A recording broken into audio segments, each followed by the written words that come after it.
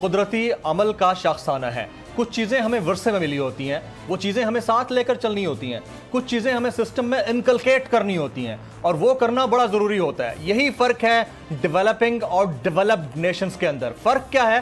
फ़र्क विजन का है, फ़र्क सोच का है, फ़र्क अप्रोच का है। फर्क यह है कि आपने ये तय करना होता है कि आपने चीजों को प्लान कैसे करना है, आपने ये तय करना होता है कि आपने अपनी जनरेशंस को सेव कैसे करना है, आपने अपनी जनरेशंस को प्रोग्रेस कराने के लिए क्या इकदाम उठाने हैं। हमारा अलमिया यह है कि हम 73 साल से एक ही किस्म का सिस्टम लेकर चल रहे हैं। हम 73 साल से यही सुनते आ रहे हैं कि हमारे यहां बारिश आती है, पानी आता है, बारिश गुजर जाती है, पानी चला जाता है, लोग डूबते हैं, फिर ठीक हो जाते हैं। यह सिलसिला है जो हर साल होता है। यानी जून से सितंबर तक का जो एक खास टेन्योर है जिसे मॉनसून का टेन्योर कहा जाता है, उस टेन्योर के अंदर आपको भी पता है, हमें पता है कि एक सैलाबी कैफियत होती है, लोगों के घर डूब जाते हैं, छतें गिर जाती हैं, चंद अमवात होती हैं, शायद बाज़-औक़ात बहुत ज़्यादा अमवात होती हैं, लेकिन उसके बाद क्या होता है, फिर निज़ाम ज़िंदगी दोबारा से ठीक से चल पड़ता है। और जिसने फैसले लेने होते हैं, जिसने डिसीजंस लेने होते हैं, जिसने अपने विजन का मुजाहरा करना होता है, वो जो तमाम जिम्मेदार कहलाए जा सकते हैं, उन्होंने कुछ नहीं करना होता। वो क्या करते हैं? वो एक के ऊपर मलबा डालते हैं, एक दूसरे के ऊपर मलबा डालता है। इसी धमाचौकड़ी के अंदर साल हा साल गुजर जाते हैं और आज 73 साल बाद भी हम उधर के उधर ही खड़े हैं। आज भी कराची डूब रहा है, आज भी साउथ पंजाब के अंदर मामला उसी तरह से हैं। अब बारिशें हो रही हैं और इन बारिशों ने फिर डुबो देना है और फिर हमने सोचना है कि यार काश हमने कोई डैम बना लिया होता तो इस पानी को हम स्टोरेज की तरफ लेके जा सकते थे, इससे हम इलेक्ट्रिक पावर जनरेशन की तरफ जा सकते थे। नहीं जाते। क्योंकि हमारे अंदर वो विजनरी सोच नहीं है। तभी हम अंडर डेवलप्ड कंट्री हैं, तभी हम थर्ड वर्ल्ड कंट्री हैं। मैं अपने तमाम गेस्ट पैनलिस्ट को वेलकम करता हूं। जनाब नज़ीर लगारी साहब, सीनियर तज्ज़ियाकार, हमारे उस्ताद मोहतरम हमारे साथ मौजूद हैं। जनाब आमिर ज़िया साहब, सीनियर तज्ज़ियाकार, एंकर पर्सन और हमारे मेंटोर्स में से हैं, आप भी हमारे साथ मौजूद हैं, आपका बहुत शुक्रिया। पीजे मीर साहब टेलीफोन लाइन पर हमें ज्वाइन करेंगे और मारूफ ब्लॉगर तज्ज़ियाकार मलिया हाशमी भी हमारे साथ स्काइप लिंक पर मौजूद हैं, आपके बहुत बहुत शुक्रिया। सबसे पहले आमिर ज़िया साहब, हमारी तरजीहात क्या है? मॉनसून का सीज़न आता है, हर साल कई इलाके बहा कर ले जाता है, खड़ी फसलें तबाह हो जाती हैं, शहर के शहर उसमें दरिया बुर्द हो जाते हैं और फिर हम कहते हैं कि जी देखेंगे अगले साल शायद कोई डैम वगैरह बन जाए। बनता कुछ नहीं है, वही एक जो लारा लप्पा चल रहा है एक अरसे से 73 साल से वही चले जा रहा है। तो हमारी प्रायोरिटीज क्या है सर? बिल्कुल आपने सही बात की कि हमारी मसला तरजीहात का है। मैंने कई जगह पे इस बात को कोट किया है कि एक हमारे कॉलमिस्ट हुआ करते तो उमर कुरैशी साहब जी, उन्होंने 1951 में एक मजमून लिखा था कराची की बारिशों पर, अंग्रेजी जबान में, और उसमें जो उन्होंने कराची की मंजरकशी की थी, उसको अगर आप उसमें सिर्फ महाजरीन का मसला निकाल दे तो बाकी वही मंजरकशी आज भी होती है, वही मंजरनामा होता है कि बिजली की तारें टूटी हैं, इलाके डूब चुके हैं, सड़कें गर्क हो गई हैं, गाड़ियां फंसी हुई हैं और आबादियां जो हैं वो पूरी आप देखेंगे कि बाद जो है वो पाज़ेर आब आ जाती हैं। तो आप खुद जैसा आपने फरमाया कि 73 बरस हो गए और हम जो है निकासी आपका मसला जो है हल नहीं कर पा रहे। बहुत सारे सवालात हैं इसमें। मुझे याद है कि जो मेयर कराची है वसीम अख्तर साहब, वो तो एक बड़े बेबस से मेयर हैं। उन्होंने 22 जून को भी उसमें 22 जून को उन्होंने प्रेस कॉन्फ्रेंस की, 21 जून को उसमें उन्होंने कहा कि कराची में अर्बन फ्लडिंग होगी, पेश गोई की। और उनसे जब पूछा गया कि जनाब आप खुद क्यों इसके लिए कुछ नहीं कर पा रहे, क्यों नहीं कुछ कर पा रहे, तो उनका कहना था उनके पास वसाइल नहीं है और जो हमारे बरसाती नाले हैं उसमें कूड़ा करकट इतना डाल दिया गया है, उसकी जिम्मेदारी है जो सूबाई हुकूमत के पास है। तो बात ये कि यहाँ पर आवे का आवा टेढ़ा है। आप मेयर से पूछेंगे वो सूबे की जिम्मेदारी करार देगा, सूबे के लोगों से पूछेंगे वो कहेंगे शहरियों में कोई है शऊर नहीं है चीज़ों को चलाने का। तो भाई मसला तरजीहात का है और तरजीहात को हमें रॉकेट साइंस नहीं चाहिए मसलों को हल करने के लिए। इसको तो बहुत इत्मीनान से हो सकता है, दुनिया के बड़े शहरों में हो चुका है कि आपको सिर्फ निकासी आपका जो है बंदोबस्त करना है। 73 बरस से नहीं कर सके तो इससे ज्यादा और किस बात की क्या काशी होगी कि हमारे हुक्मरानों की जो तरजीहात हैं वो एक तो गलत हैं, दूसरी अगर वो इसके ऊपर लिप सर्विस भी देते हैं तो उसके लिए अमली इक़दाम नहीं करते, पैसे लगाते हैं, कहाँ जाते हैं हमें नहीं पता। जी राइट। नज़ीर लगारी साहब की तरफ जाऊंगा। लगारी साहब, कोरोना का मामला आता है तो हमारे यहाँ कोरोना से नबर्द आजमा होने की बजाय आपस में एक दूसरे से गुत्थम गुत्था हो जाते हैं। विफाक सिंध से लड़ रहा है, सिंध विफाक से लड़ रहा है। और इसी तरह से दीगर अगर मामलात आते हैं तो उसमें भी सिलसिला ऐसा ही है। और फिर सबसे बड़ा अलमिया ये कि आफत आए तो हम कहते हैं कि अल्लाह ताला की तरफ से आफत आई है, और अगर वो सही तरीके से गुजर जाए तो हम कहते हैं कि अल्लाह का शुक्र है हम इससे निकल गए। बड़ी अच्छी बात है, लेकिन अल्लाह ने हमें अकल भी तो दी है ना सर, कि अगर आप प्लान करें, विजनरी होकर सोचें और क़यादत ब्रूटल डिसीजंस ले, तो आज हम ये मॉनसून का रोना ना रो रहे होते। आज कुछ डैम्स होते हमारे पास जिसमें हम पानी स्टोर कर पाते, हमारे हाइड्रो इलेक्ट्रिक पावर सिस्टम इतना अच्छा होता कि बिजली के मसाइल ना होते, कराची भी और दूसरे शहरों में भी। आपकी बात बिल्कुल ठीक है, हमारे पास प्लानिंग का बहुत बड़ा फुकदान रहा है। हम बहुत सी चीज़ों को मैनेज नहीं कर सके हैं। जैसे आमिर ज़िया साहब कह रहे थे कि हम शहरों में नालों की सफाई नहीं कर सके हैं। ये एक ऐसा मामूल का काम होना चाहिए था कि जिसमें आप बाकायदगी से एक पूरा डिपार्टमेंट ये ऐसा होता है कि जो वहाँ से नालों की सफाई करता रहता, मगर हमने इसकी तरफ कोई तवज्जो नहीं की और हमारी हुकूमतों ने इस पर कोई काम नहीं किया। अच्छा, फिर ये शहर की ओनरशिप लेनी चाहिए। आप भी जो भी रूल कर रहा है, जिसने भी गवर्न करना है, वो शहर की ओनरशिप तो लेना। मैं एक दफ़ा श्रीलंका में था, कोलंबो सिटी में, सारी रात बारिश हुई और मैं वहाँ होटल में लॉबी में जाकर सारी रात बारिश देखता रहा और मेरा ये ख्याल था कि सुबह अखबारात देखूंगा भरे हुए होंगे, पूरा शहर डूब गया होगा, पूरे का पूरे शहर के अंदर जो है कश्तियाँ चल रही होंगी, क्योंकि इतनी मूसलाधार बारिश थी। इतनी मैंने ऐसी बारिश यहाँ कराची में भी नहीं देखी। जब सुबह हुई तो मुझे हैरत इस बात पर हुई है कि खबर वहाँ पर एक सिंगल कालमी खबर भी नहीं थी कि यहाँ शहर में बारिश भी हुई है। और फिर इस तरह से मैंने इतना शहर में निकले तो लगा था यहाँ तो बारिश ही नहीं हुई है। अगर श्रीलंका जैसा मुल्क जो है वो कोलंबो में बारिश को मैनेज कर सकता है, वहाँ पर उसके पास अगर निकासी आपका बंदोबस्त हो सकता है, तो कराची जैसे शहर को, जो कराची आपकी रीढ़ की हड्डी है मैशत में, हम उसकी ओनरशिप नहीं लेते। हमारी कोई भी आ जाए, कोई भी पॉलिटिकल पार्टी आ जाए, उसको सिर्फ ये निकलते हैं कि इस गाय से हम दूध निकालेंगे। अरे भाई, गाय को कुछ खिलाना भी तो है ना, तो उसकी जिम्मेदारी नहीं है, वो बड़ा भाई खिलाएगा या छोटा भाई खिलाएगा और वो इसका हिसाब करेगा। एक और दूसरा ये है कि हमारे यहाँ हमेशा इल प्लानिंग की गई है बहुत सी चीज़ों में। डैम्स में भी हमने बहुत गलत प्लानिंग की है और कता कलामी की माजरत, इल प्लानिंग का लफ्ज आप इस्तेमाल कर रहे हैं। मैं तो बतौर स्टूडेंट ऑफ जर्नलिज्म मैं तो समझता हूँ प्लानिंग नाम की कोई चीज नहीं, आप इल प्लानिंग कहते हैं इसको। मतलब प्लानिंग कहाँ से प्लानिंग सर? अदरक की तरह शहर फैल रहा है, जहां से चाहते हैं आबादी बढ़ना शुरू हो जाती है। प्लानिंग कहाँ की प्लानिंग है सर? ये इल प्लानिंग भी हो तो कहीं से नजर तो आए ना कि इल प्लानिंग है। नहीं, सही कह रहे हैं आप, बिल्कुल नहीं है। इल प्लानिंग का मतलब है कि कोई प्लानिंग नहीं है और कोई उसकी किसी भी किस्म का कोई मंसूबा ऐसा नहीं है। ये डैम्स के सिलसिले में भी मैं अर्ज कर रहा था कि ये अगर चाहते तो कंट्रोवर्शियल चीज़ें ना बनती और जाकर वहाँ से डैम बनाते। आज आप भाषा की तरफ बात कर रहे हैं, आप पहले ही भाषा की तरफ चले जाते हैं। लेकिन मैं और बात करता हूँ, आपको डैम की जरूरत क्यों पेश है? इसलिए कि आपने अपने 3 दरिया बेच दिए। पहले तो खुदा के वास्ते इस बात की तो इंक्वायरी करवाए ना कि 3 दरिया आपने क्यों बेचे? आपने कैसे मान लिया था जो आपका फिरोजपुर का हेडवर्क्स था कि वो इंडिया की ओनरशिप है? इंडिया ने आपका पानी बंद किया, आपसे लिखवा लिया कि जनाब ये हमारी मिल्कियत है, जबकि उनकी मिल्कियत नहीं था।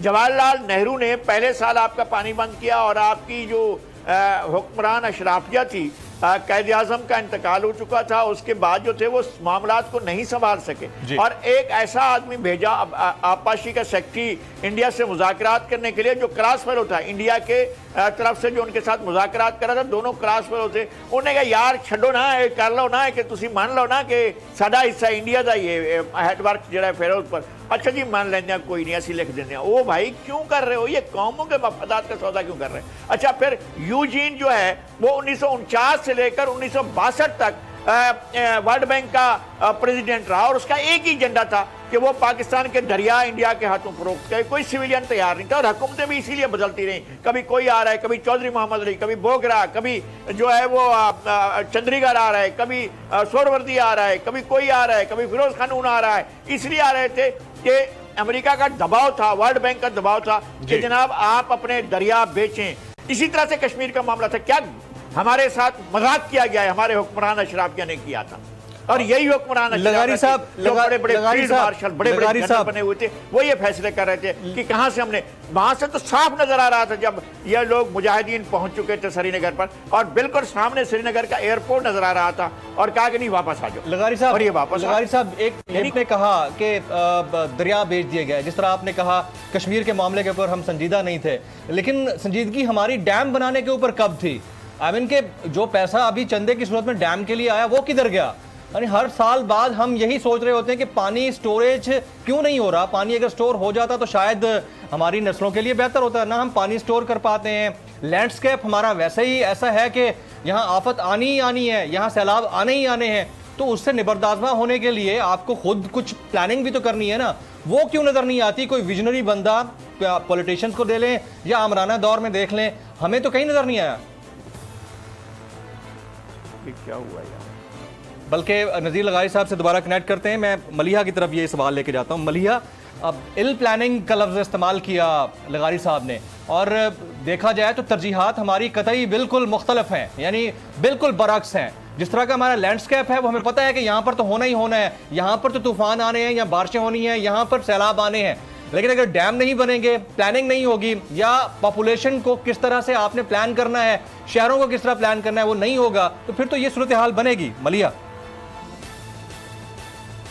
जी बहुत शुक्रिया जमील। देखिए, मसला ये है कि साल हर साल ये मसला इसलिए हल नहीं हो सका, भले आप दरियाओं की बात करें, भले आप इंफ्रास्ट्रक्चर की बात करें, या आप शहरों की प्रॉपर प्लानिंग की बात करें, उसकी वजह ये है कि हर शख्स जो भी हुकूमत में आता है और हर पॉलिटिकल पार्टी जो बरसरे इख्तियार आती है, वो महज अगले इलेक्शन का सोचती है कि हमें जिन लोगों ने फाइनेंस किया, स्पॉन्सर किया और हम पर पैसा लगा के जिन इंडिविजुअल्स ने हमें जीतने में मदद की ग्राउंड पर, हमने उनको कैसे नवाजना है, उनकी मर्जी के मुताबिक कैसे पॉलिटिकल भर्तियां करनी है, भले बेड़ा गर्क हो जाए आपके इदारों का। इसीलिए तो सरकारी इदारों को दीमक की तरह चाट गई आपकी पॉलिटिकल भर्तियां। सो कौन सोचता है ये बातें? ये तो वो सोचे जिसकी कोई आगे की प्लानिंग हो। अब सवाल ये है कि वजीर आजम इमरान खान साहब हुकूमत में आने से पहले भी बहुत बात किया करते थे कि मैं अवाम का सोचता हूँ, और अवाम में आज भी एक तासुब पाया जाता है कि इमरान खान हमारे सगे हैं। अगर एक लीडर हमारा सगा और हमारा सोचता है तो वो इमरान खान। लेकिन इमरान खान साहब के साथ भी मसला ये है कि उनके साथ जो लोग हैं, या तो उनमें विजन की कमी है, वो विजन नहीं शेयर करते जो इमरान खान साहब का है, या फिर बहुत से लोग ऐसे हैं कि जो वही खाता है तो खिलाता भी है कि कॉन्सेप्ट के तहत चल रहे हैं। तो ये तमाम बातें लगारी साहब ने भी बड़ा जबरदस्त तरीके से समराइज किया। ये बहुत जरूरी है, आप भी ठीक कह रहे हैं कि आने वाली जनरेशन के लिए आसानी हो, वो फैसले करने चाहिए, लेकिन वो फैसले जमील वो करेगा जिसके नजदीक आने वाली जनरेशन, पाकिस्तान की फ्यूचर जनरेशन कोई एसेट होगी जिसकी नजर में, जिनके नजदीक सिर्फ उनका मौजूदा वोट बैंक ही उनका सब कुछ है, ओढ़ना बिछोड़ना, उनको क्या जरूरत है आगे का सोचने के लिए? तो लोकल गवर्नमेंट्स को एक्टिव करने की जरूरत है, उनको इफेक्टिव रोल प्ले करने की जरूरत है, और हर शख्स को जमील बात एक ही चीज पर आकर हर बात की तान टूटती है कि आप कितने ईमानदार, आपकी सिंसेरिटी क्या है इस मुल्क के साथ। जो शख्स इस मुल्क के साथ सिंसेर होगा वो अगली जनरेशन का सोचेगा। तो इमरान खान साहब अब एक मेहरबानी करें पूरी कौम पर कि जो की डिसीजन मेकिंग रोल्स हैं उस पे खुदा के लिए कोई ऐसे लोगों को लाकर बैठाए कि जो पाकिस्तान की अवाम का ऐसे ही सोचते हैं जैसे अपने घर वालों का सोचते हैं। जब तक डिस्क्रिपेंसी खत्म ना हुई सोच की, तब तक कोई कुछ नहीं हो सकता। Point well taken. मैं जरा आमिर साहब की, आमिर ज़िया साहब, अब आपने तो पूरी जिंदगी गुजार दी इस दश्त की सयाही में, खासतौर पर रिपोर्टिंग करते हुए। मुझे ये बता दीजिए कि अब कराची को ही ले लेते हैं। कराची पाकिस्तान का सबसे बड़ा शहर पॉपुलेशन के हिसाब से, दुनिया का 7वां नंबर, और इसको बीटा ग्लोबल सिटी रैंकिंग में 7th कंसीडर किया जाता है। उस शहर में जहां पर मईशत की नाक है हमारी दो शाहराएं, एक तो आपकी शाहरा फैसल हो गई और दूसरी आए चंद्रीगढ़ रोड हो गई। और अगर 2014 का हमारा रेवेन्यू वहां का देखा जाए तो $114 बिलियन था, और 2020 का देखा जाए तो $200 बिलियन प्लस था। उस शहर के अंदर इतनी बड़ी बड़ी बिल्डिंग्स हैं, और खुदा ना खास्ता कोई डिजास्टर हो जाता है या आतिशज़दगी का वाकया पेश आता है तो सिर्फ 2 स्नार्कल्स हैं इतनी बड़ी बिल्डिंग्स में आतिशज़दगी के वाकये पर काबू पाने के लिए। काबू क्या पाएंगे वो 2 स्नार्कल्स, काम ही कहां आएंगी? और उसमें से भी एक आध जंग आलूद हो चुकी होगी। ये तो सिचुएशन है। आई मीन कि डिजास्टर मैनेज, चले लैंडस्केप का मसला है, हमारे यहाँ आफत आती है, नागहानी आफत आए, सैलाब आए या इसके अलावा और मसाइल पैदा हों, लेकिन उससे निबरदाजमा होने के लिए आपके पास कोई प्लानिंग, कोई डेवलपमेंट, कोई ऐसा इंस्टीट्यूशन जो उस चीज को हैंडल कर सके, वो तो हमें नजर नहीं आता। आमिर साहब, मेरे ख्याल में आपके जो है सवाल में जवाब भी है। दो अलग अलग इशूज हैं। एक इशू तो है कि डैम्स की तामीर का जी, वो एक उसके लिए ज़रे कसीर चाहिए, लेकिन कराची में निकासी आपके लिए आपको मैनेजमेंट चाहिए, आपको सिंसेरिटी चाहिए और डिवोल्यूशन ऑफ पावर चाहिए। इस शहर में आपको पता ही है कि पिछले 12-13 बरस से कौन सी जो सियासी जमात है वो हुक्मरान है। पाकिस्तान पीपल्स पार्टी के पास तमाम इख्तियारात हैं जी। अच्छा, उसमें यह भी समझने की बात है कि जब से Sindh solid waste management board बना है उस वक्त से कराची का 12,000 टन कूड़ा उठाना जो है वो एक मसला बन गया है, जो काम पहले बड़ा नॉर्मल तरीके से हुआ करता था। बात ये कि हमारे तो नालों की सफाई की जरूरत ही नहीं होनी चाहिए, इसलिए कि अगर आप उसमें कूड़ा ना फेंकें और सॉलिड वेस्ट उठाकर उसकी सही जगह पर उसको तल्फ कर दें तो फिर आपके नाले साफ रहेंगे। यहाँ पर प्रॉब्लम ये कि आप एक हफ्ता साफ करें, उसके बाद 2 हफ्ते के बाद फिर उसमें कूड़ा आ जाएगा, उसमें फिर लोग जो है डाल देंगे। क्यों डाल देंगे? उसकी वजह ही कि शहर के अंदर इतना बड़ा शहर, जैसे कि आपने बिल्कुल दुरुस्त फरमाया, दुनिया का 7वां बड़ा शहर, वहां पर कूड़ा उठाने की कोई कहते हैं ना वो नहीं है, कोई सिस्टम नहीं है। और ये सिस्टम किसने लिया? आप कहेंगे जी जरूरत बिल्कुल केएमसी को चलाना चाहिए, लेकिन केएमसी से तो वो ले लिया गया। आपने कहा जी वो कहते हैं इल प्लान बिल्डिंग्स बन रही है बहुत बड़ी बड़ी, तो फिर आप लोगों ने जो है हुकूमत सिंध ने जो है कहते हैं ना सिंध बिल्डिंग कंट्रोल अथॉरिटी बना दिया, कराची के इख्तियारात ले लिए। एक बहुत बड़ा इशू है। आपने हाई डेंसिटी बोर्ड बनाया और हाई डेंसिटी बोर्ड बना के जहां जिन शाहराहों पे कहते हैं ना 500 गज का, 1000 गज का, 2000 गज का एक मकान था और 8-10 लोग रहा करते थे, आपने बड़ी बड़ी बिल्डिंग्स बना दी और उसकी पीछे गली में क्या सूरत हाल है हमारी इस पे नजर नहीं जाती। तो ये सारा का सारा मैं समझता हूँ इल प्लानिंग नहीं है, इसमें बददियानती भी है, इसमें करप्शन भी है, इसमें अवाम दुश्मनी भी है, इसमें वो भी है कि आप ओनरशिप नहीं लेते शहर की, जैसे लगाई साहब ने बिल्कुल दुरुस्त फरमाया, कोई ओनरशिप नहीं लेता। यहाँ पर मतलब है कि आप एमक्यूएम से पूछे वो कहेगा जी, हालांकि एमक्यूएम को आप देखें कि शहर कराची ने सब कुछ दिया, वो कहते हैं वोट दिए, नोट दिए, खालें दी, जाने दी, उसके बावजूद जाहिर है कि वो इस शहर के मसले हल नहीं करा सके। आप पीपल्स पार्टी से सवाल करें, वो आए बाएं शाएं कर देंगे, तो सवाल ही कि आप किससे करेंगे? इमरान खान साहब जाहिर है कि 18वीं तरमीम के बाद वफाकी हुकूमत कुछ भी नहीं कर सकती शहर के लिए, कोई ज्यादा काम नहीं कर सकती। अगर जैसे उन्होंने एक बोर्ड बना के कोशिश कर रहे हैं करने की, तो उस पर हुकूमत सिंध को इतराज है। तो हमारी यहाँ हर चीज इतनी पेचीदा हो गई, हमारा सिस्टम इतना ज्यादा फ्लॉड हो गया है।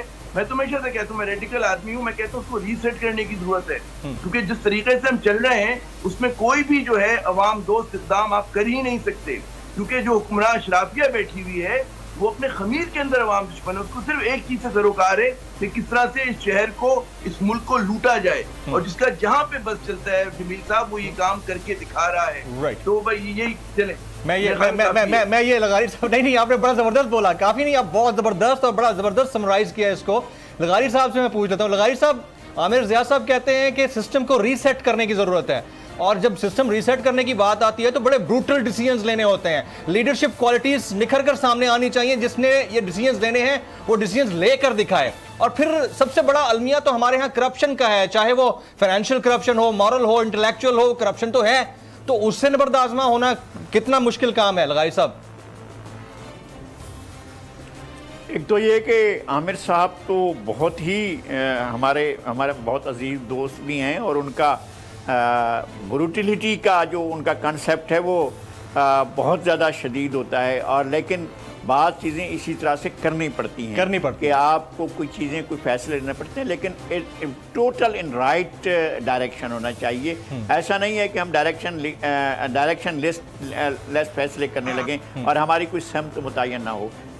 मुझे जिन जमातों के पास सिंध का रहा है इक़्तिदार, अब तो पीटीआई भी इस शहर की ओनरशिप का दावा कर सकती है कि सबसे ज़्यादा सीटें कौमी और सूबाई असम्बली की उसके पास हैं, और वो अपने भी फंड्स को यूटिलाइज़ कर सकते हैं। हमने आज तक कोई ऐसा प्रोजेक्ट नहीं देखा कि जो पीटीआई के इनको 2 साल से कोई फंड्स मिल रहे होंगे, कोई पैसे मिल रहे होंगे, वो लग रहे होंगे यार शहर में पीपल्स पार्टी एलियन क्यों समझती है। हमारा उससे ये हमेशा सवाल रहता है, यार आप कराची को रूल करते हैं, आपने 70 में वोट लिए थे, 70 में 17 में से 9 सीटें पीपल्स पार्टी ने ली थी और 1 सीट जमात इस्लामी ने ली थी। लेकिन पीपल्स पार्टी हमेशा इस प्रोपेगेंडा का शिकार रही कि जी हम तो दूसरे नंबर पर पार्टी रहे हैं, जबकि वो 70 के इलेक्शन में स्वीप किया था उसने और तमाम इलाकों से, सदर से, बंस रोड से, नाजमाबाद से और फेडरल बी एरिया से और न्यू कराची से, तमाम इलाकों से जो है उसने इलेक्शन को जीता था। बहुत से उरंगी टाउन से और दीगर जगहों से, बल्दिया टाउन से बहुत सी उन्होंने सीटें ली थी। लेकिन पीपल्स पार्टी को भुट्टो साहब के दौर में बहुत कुछ हुआ। वो बना आपका अब्बासी शहीद हॉस्पिटल बना और बिन कासिम पोर्ट बना, स्टील मिल लगा और बड़े बड़े प्रोजेक्ट आए और जो है वो इंडस्ट्रियल जोन बना और उसके अंदर बड़े बड़े प्रोजेक्ट्स थे। ये सारा कुछ हुआ। पीपल्स पार्टी के दीगर अदबार में जो है वो कि ऐसा मेजर प्रोजेक्ट सामने नहीं आया कि कहें कि जनाब ये वो मिसाल है। अभी मैंने सुना है कि जनाब कोई 200 बिस्तरों का नया अस्पताल बनाने के लिए कोई तजवीज़ आई है, पता नहीं वो किस तरह से बनेगा या क्या होगा, लेकिन तरजीहात का तयन होना चाहिए और उस पर अमल होना चाहिए। राइट। और ये खानापुरी और हमारा ये शायद आमिर साहब इस पर भी बात करेंगे कि लैंड कंट्रोल की क्या सूरत हाल है। हमारी ज़मीन जो है कराची शहर की कहीं KDA के पास है, कहीं KMC के पास है, कहीं कंटोनमेंट बोर्ड के पास है, कहीं कच्ची आबादी के पास है, कहीं पर बिल्कुल सही है। ज़मीन जो है वो लगारी साहब इस पे मैं आमिर साहब के पास भी आता हूँ, आपके पास भी आता हूँ। हमारे पास पूरा अभी टाइम है। पीजे मीर साहब से अभी हम कनेक्ट हो गए हैं DSNG पे, और क्योंकि इस पार्ट के अंदर हमने डिस्कस तरजीहात के मामले को करना है तो एक सवाल उनसे मैं कर लेता हूं, उसके बाद फिर ब्रेक के बाद जब आएंगे तो इन चीज़ों को दोबारा डिस्कस कर लेंगे। पीजे मीर साहब, हमारी तरजीहात क्या है? मॉनसून सीजन आ गया और हर दफ़ा यही होता है, अर्बन फ्लडिंग का मामला अपनी जगह पर है और बाकी इलाके खेत खलियान तबाह हो जाते हैं लोगों के, लेकिन हम डैम नहीं बना पाए। हमारी प्रायोरिटीज़ क्या हैं सर? हमारी प्रायोरिटीज़ जमील एक ही है कि जब मैं पावर में आऊँ तो मेरे हर जगह ठप्पे लग जाएं, बैगों पे लग जाएं, दीवारों पे लग जाएं, बैनर्स लग जाएं और मेरे ठप्पा चले। हमने अभी जो लगारी साहब ने भी बात की है, देखें ये उन्होंने ये भुट्टो साहब हो या नवाज शरीफ या इमरान या कोई, ये कोई आप पे कोई एहसान नहीं कर रहे। It is their right, it is their duty to deliver. हम देखते हैं जी किसी ने वो कर दिया, किसी ने वो कर दिया, हम इंडिविजुअलिज्म पे जाते हैं, नॉट एज अ सिस्टम। किसी ने कर दिया, हम वो रेफरेंस आ गया, भाई इसने ये बना दिया, उसने ये बना दिया, उसने न्यूक्लियर कर दिया, उसने ये कर दिया। द क्वेश्चन अराइजेज, हम why are we going on to individuals? हमने देखना है जो भी गवर्नमेंट आए वो पीपल सेवी हो, पीपल फ्रेंडली हो और लोगों का काम करे। यहाँ इंडिविजुअल आप ले रहे हो कि वो आपके चर्चे चलते हैं, हर जगह जो जाता है अपना फटा नाम